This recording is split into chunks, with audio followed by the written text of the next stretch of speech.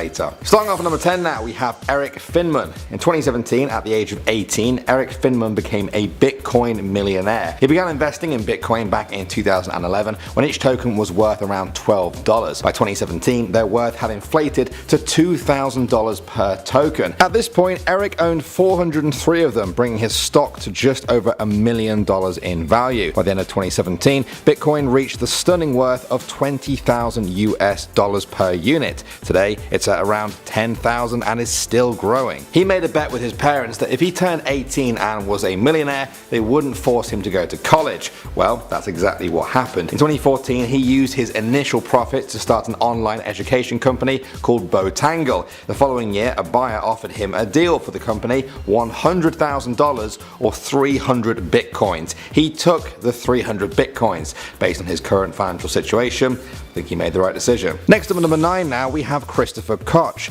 In 2009, this Norwegian man was writing a thesis paper about encryption and a little known thing at the time called Bitcoin. He decided to invest $27 buying 5,000 bitcoins because why not? He then forgot about his purchase for 4 years. When he checked back, his bitcoins were now worth $886,000. Later on in the year, it climbed past $1 million. Christopher spent just a fifth of his money to buy an apartment in Tøyen, one of the wealthiest areas in Oslo. Hopefully you guys have double checked to see if you bought any bitcoins that you forgot about. Moving on to number 8 now, we have Carl Icahn. He's an American businessman, investor and philanthropist who made his millions trading on the stock market. In 1961, at the age of 25, he formed Icahn & Co., a securities firm that focused on trading. He used the money for hostile takeovers of other companies. Some of his more recent acquisitions include owning 10% of Netflix and a $100 million investment in the ride-sharing service Lyft. His estimated net worth stands at around $16.6 billion. Coming in at number 7 now, we have Elijah Oifeso. At just 23, Elijah from London was a millionaire, earning £60,000 a month thanks to trading the stock market. He said he sometimes works for just an hour a day. He's made headlines in the UK for stories involving his many luxurious supercars. In 2015, it was reported that he totaled his gold Lamborghini and Bentley on the same day.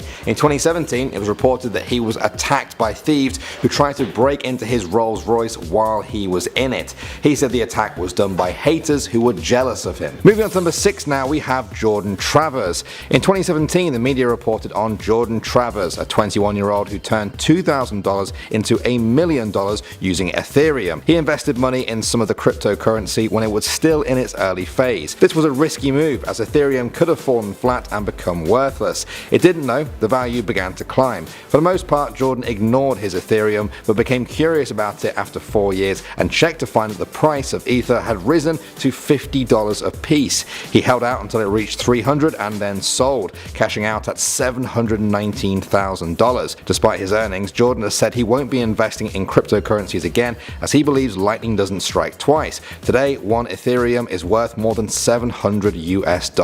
Alright, moving on to number 5 now, we have the Winklevoss twins. If you've ever seen the movie The Social Network, you may recognize their name. The Winklevoss twins famously sued Mark Zuckerberg after claiming that he stole their idea for Facebook. They won $65 million from the Facebook lawsuit and invested $11 million of their payout into Bitcoin in 2013. Now at that time, that was 1% of the entire currency's value. As I'm sure you know, Bitcoin's value surged in 2017 and the twins' Bitcoins hit a new value of over $1 billion.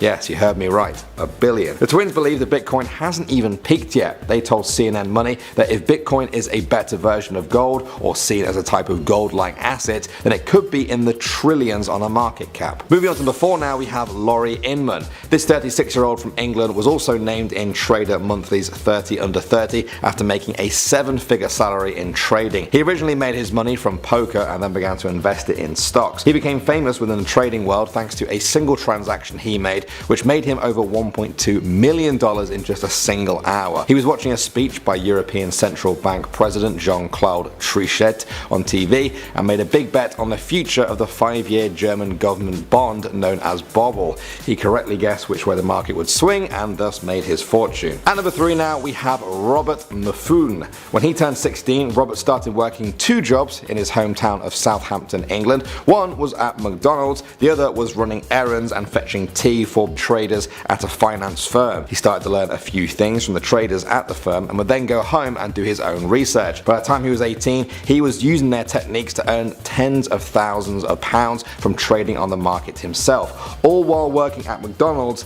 and attending college. Since hanging up his McDonald's uniform for good, he has earned hundreds of thousands of pounds, which he has spent on homes and fancy cars. These include Range Rovers and his custom gold Bentley. Moving on to number 2 now, we have 50 Cent. No, not the famous 50 Cent. This was the nickname for an unknown trader who appeared to make $21 million in just a few months. Nobody knew who they were other than they appeared to work for Ruffer LLP, a $20 billion investment fund based in London, founded by Jonathan Ruffer. They made the money by reinvesting profits into the VIX stock market. And finally, number 1 now, we have Kenneth C. Griffin. This American investor is the founder and chief executive of the global investment firm Citadel, founded in 1990. His life as a trader started while at Harvard University, when he began to invest during his freshman year after reading a Forbes magazine article. During his second year at Harvard, he started a hedge fund focused on convertible bond arbitrage. In the 90s, he became known for having a satellite dish on his roof just to get real-time stock quotes, something many traders just take for granted these days. In 2017, his hedge fund trading returned 13.1% of net fees, while other key funds returned between 12